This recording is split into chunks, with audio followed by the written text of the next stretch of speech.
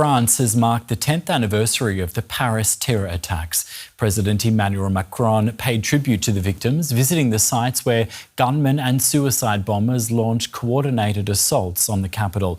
It was the deadliest attack on French soil since the Second World War.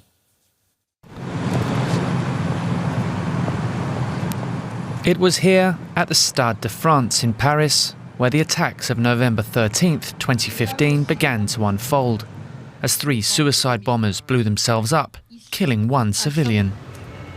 Thursday's memorial events went on to 5 other locations across the city, where a total of 130 innocent people were murdered. These are the scenes from that night a decade ago, where a catalogue of horrors unfolded, as gunmen targeted one bar after another, opening fire with semi-automatic rifles. The deadliest attack happened here, at the Bataclan concert hall. Nicolas Classo, Romain Dunet, Thomas Duperron, Suzon Garrigue. These are just some of the names of the 89 people who were indiscriminately killed before the attackers blew themselves up as police arrived. Relatives of those killed reflected on the anniversary.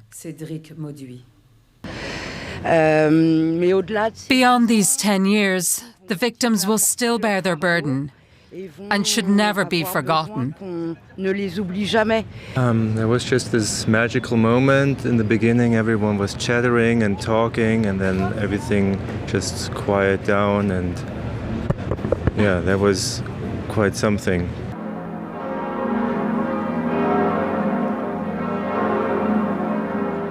The bells of Notre Dame rang out over Paris as the official ceremony for the opening of the memorial gardens got underway, with unifying words from the French president. Paris a tenu. Paris held firm. Vous avez tenu. You held firm. La France France held firm. The Republic held firm. In emergency, through fraternity, through justice, through truth, through the love of life, we held firm. Nous avons tenu. The day concluded with a final moment of silence for a day now etched into France's collective memory. Sofia Koller is a senior research analyst at the Counter Extremism Project here in Berlin. That's a non-profit, non-partisan international think tank working to combat the growing threat posed by extremist ideologies. Welcome to DW. Let's start with the last point raised in the report. Islamist terror attacks seem to be rarer and smaller today. Why do you think that is? The attacks have definitely evolved, as you said, from large-scale coordinated attacks with multiple attackers, such as the one 10 years ago in Paris, to much smaller attacks that are more difficult to detect.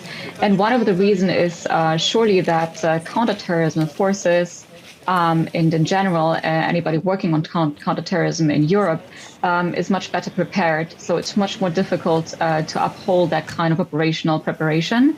And Islamist extremism has evolved to more lone actors, as they are called, attacks that are inspired online, but are not necessarily requiring a high level of operational coordination between actors.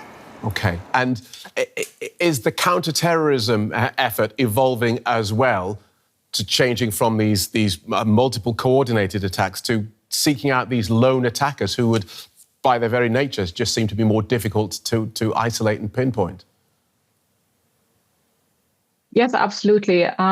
The attacks 10 years ago was certainly an example that shifted the attention to detecting these kind of attacks. So also the Islamist extremist actors have shifted their operational focus.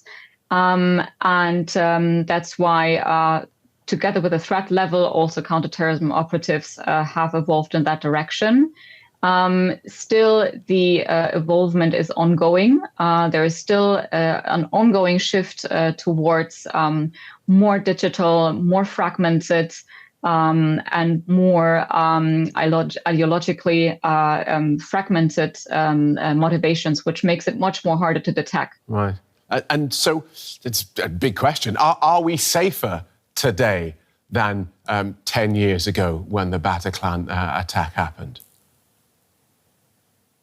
I would say that European societies are safer from that kind of attack type. So I think that counterterrorism forces are definitely better prepared to prevent such kind of large-scale attacks.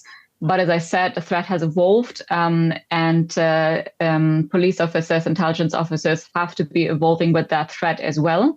So even if we don't see the same level of threats that we have seen 2015, 2017, jihadist terrorism remains lethal. There remain plots that are detected, fortunately, but we have to remain vigilant, and we have to remain vigilant,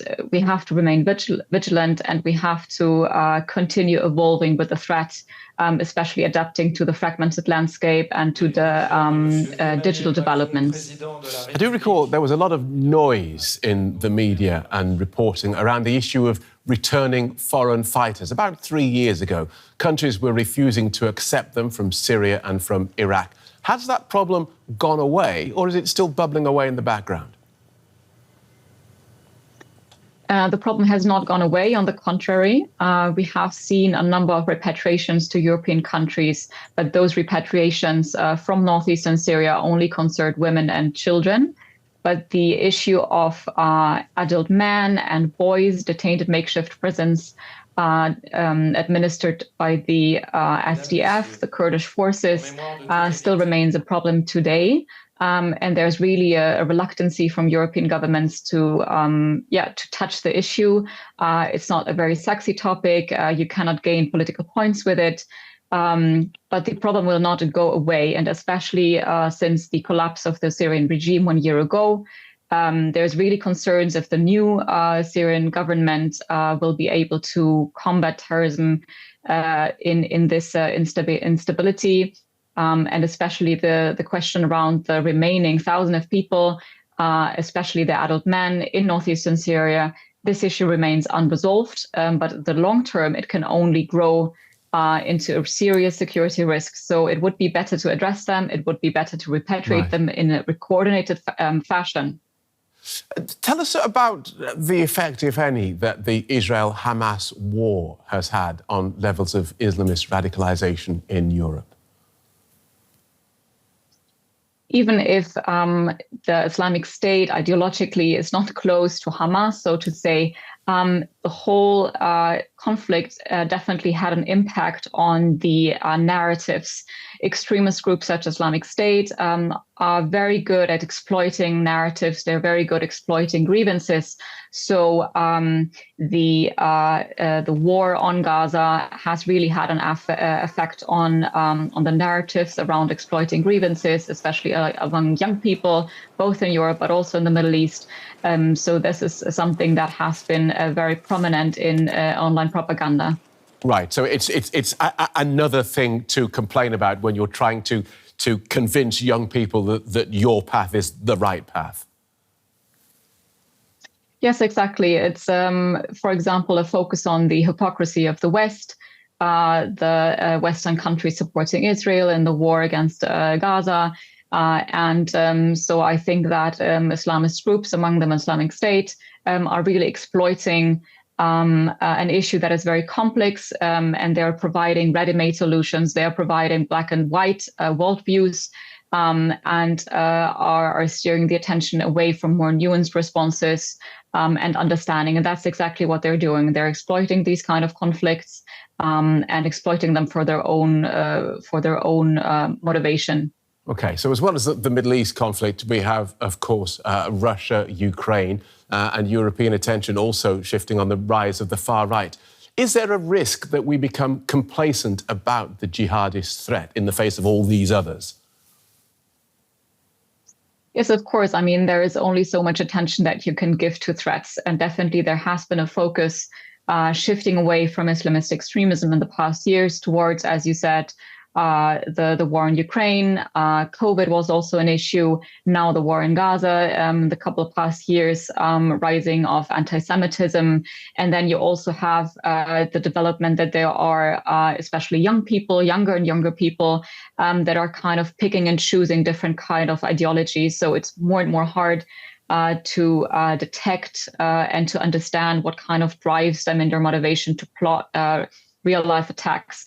And amidst all these threats, it's becoming increasingly difficult to prioritize. Yes. But I do see that there is a kind of looking back and realizing that, yes, Islamist extremism is still there, the threat level is still there, and that we should not forget it when focusing on other kind of threats, also right-wing extremism, for example, even if that's an important aspect to focus on as well. OK, so let's finish where we began with the Bataclan attack in Paris. 10 years on from that, would the same attackers operating in the same way be as successful, if I can put it that way? And if not, why not?